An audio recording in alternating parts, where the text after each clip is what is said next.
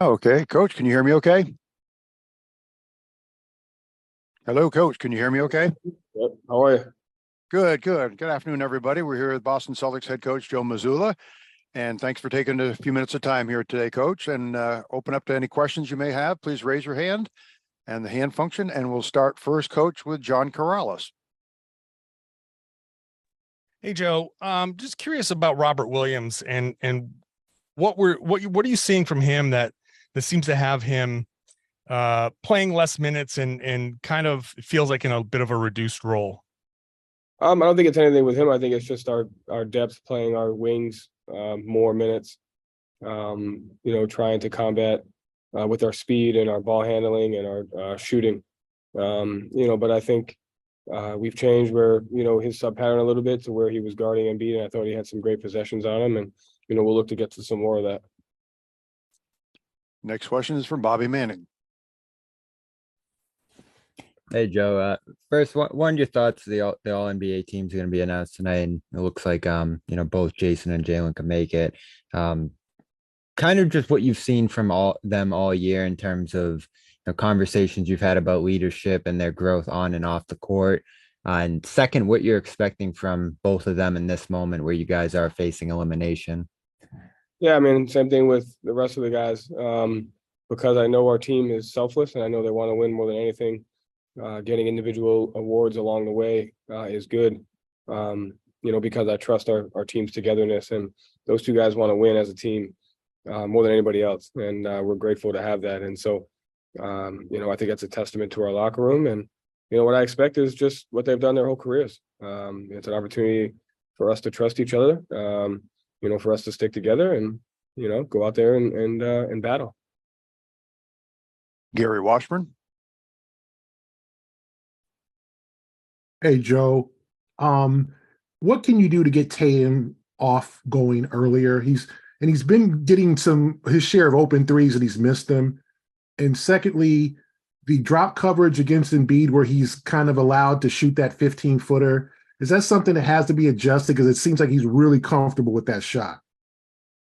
I can just instilling his confidence. I think when he gets off to a good start, we're a better team, and also understanding it doesn't necessarily have to come from points. I think, when he's at his best, he's just navigating both offensively and defensively. And we have switched coverages throughout the series to where he wasn't catching it that low, and we made some adjustments and gone back to it. And so I think it's more about not giving him the same look, throughout a game or throughout a series. And so, we'll look to continue to do a couple of different things. Jared Weiss. Jaylen has been talking about trying to find ways to get himself more intimately involved with the offense to be able to create more. And it's like there's been like a few like moments within the series where he'll take over for a few minutes and it'll kind of fade out. So how do you guys try to find ways to get him the ball like more organically?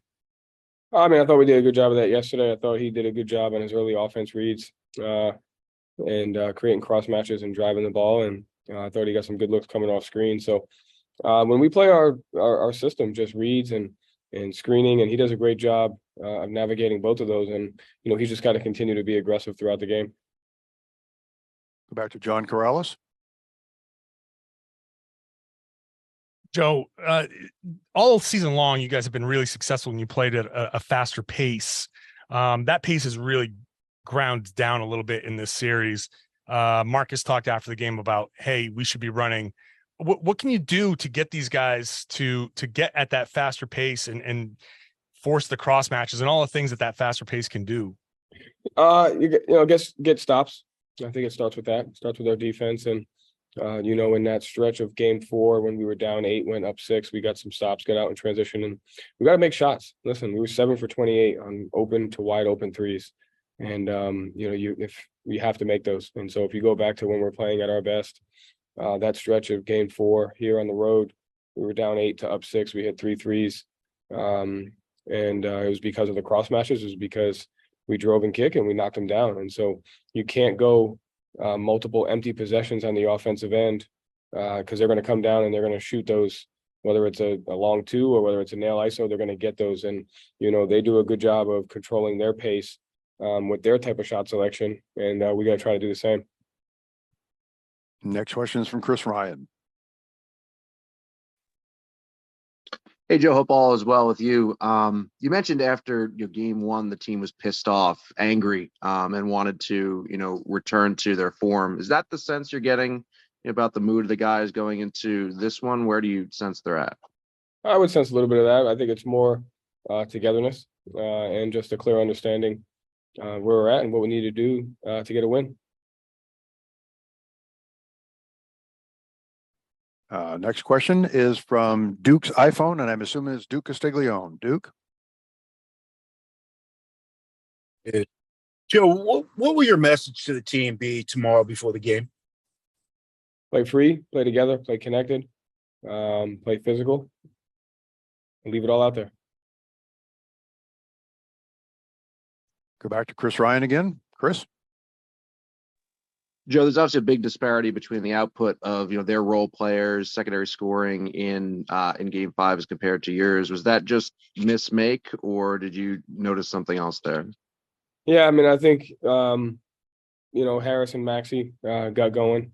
Maxey obviously got going there, and that's the three-headed monster that they have, and that's the balance that you got to do such a good job on Harden and Embiid, and at the same time you can't lose sight of Maxey either. And so, when we're at our best, we're detailed, we execute the game plan.